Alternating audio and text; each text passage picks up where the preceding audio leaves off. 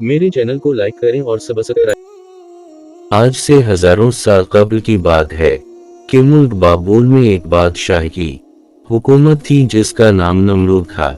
नमरूद निहायत ही सरकश और जालिम शख्स था। उसने खुदा होने का झूठा दावा कर रखा था और जो उसे खुदा ना मानता इस पर बहुत जुल्म सितम करता था। नमरूद खुद बुत परस्त था और अपनी सल्तनत में भी बुत परस्ती की इशाअत किया करता था। नमरूद का महल मुख्तलिफ कीमती पत्थरों के बनाए हुए बुतों से भरी हुई थी। अल्लाह ने नमरूद और बाबल के लोगों की तरफ हजरत इब्राहीम अलैहिस्सलाम को माबूद फरमाया। आपने नमरूद को अल्लाह की इबादत की तरफ बुलाया, मगर नमरूद की जहालत, गुमराही और बादशाहत के गुरूर ने उसे अल्लाह के इनकार पर खड़ा कर दिया।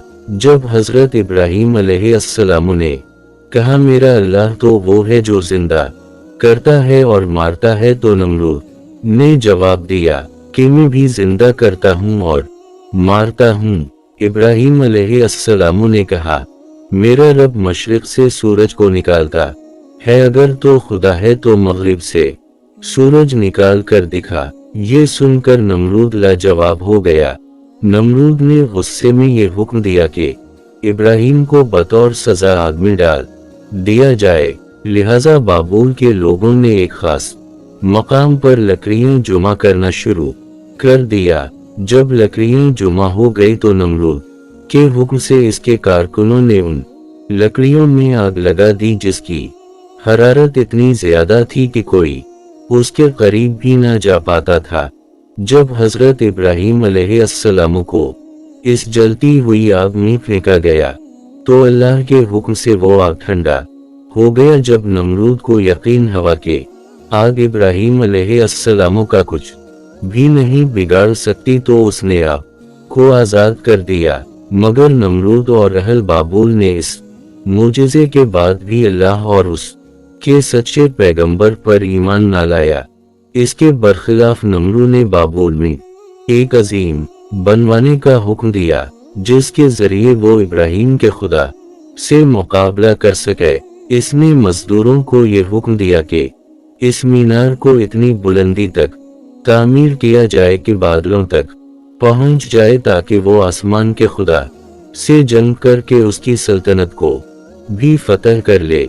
जब ये मीनार तामीर हुआ और बादलों को छूने लगी तो नमरूद इस पर चढ़कर खुदाई का दावा करता था और आसमान की तरफ देख कर खुदा को ललकारता और लोगों से कहता कि आसमान का खुदा कुछ जवाब नहीं दे रहा है, क्योंकि वो मेरा मुकाबला नहीं कर सकता। लिहाजा ये देखकर नमरूद को पूछने वालों की तादाद में और तेजी से इजाफा हो रहा था और जो दर्जों लोग इसके आगे सजदा रेस हुआ करते थे।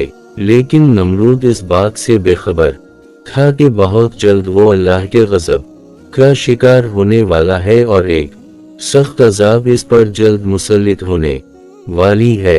अल्लाह ने एक आसमानी फरिश्ता को नमरूद के दरबार में भेजा। इसने नमरूद को ईमान कबूल करने और लाशरीक माबूद पर ईमान लाने की दावत दी, मगर गुरूर व तकब्बुर से चोर नमरूद ने इनकार कर दिया।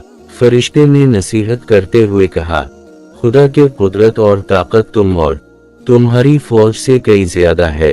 अगर वो चाहे तो तुझे अपनी सबसे कमजोर मखलूक के जरिए हलाक कर सकता है। लिहाजा नमरूद ने खुदा से मुकाबला करने का तकाजा किया। फरिश्ते ने नमरूद को 3 दिन की मोहलत दी, जिसमें उसने अपनी तमाम लश्कर को जमा कर लिया और पूरी ताकत व कुव्वत के हो गया और नाक के रास्ते दिमाग में घुस गया और मगज़ खाने लगा। दर्द की शिद्दत से नमरूद पागल होने लगा। इसने अपनी तकलीफ खत्म करने के लिए अपने सिपाही को सर पर डंडा और थप्पड़ मारने को कहा। जब ये लोग नमरूद के सर पर डंडा मारते तो मच्छर काटना छोड़ देता, और जब डंडा न पड़ता तो फिर काटना शुरू कर देता। हालत इतनी गैर हो गई कि अब जो शख्स भी नमरूद के दरबार में आता वो उसे अपने सर पर जूते मारने को कहता। यूं से 400 सालों तक जूते और डंडे पड़ते रहे और खुदाई का दावा करने वाला इतनी बड़ी सल्तनत का बादशाह जिल्लत की मौत मर गया। अल्लाह ताला में अखरत की तौफीक अता फरमाए और हमारे ईमान को मजबूत करे, अमीन सम अमीन।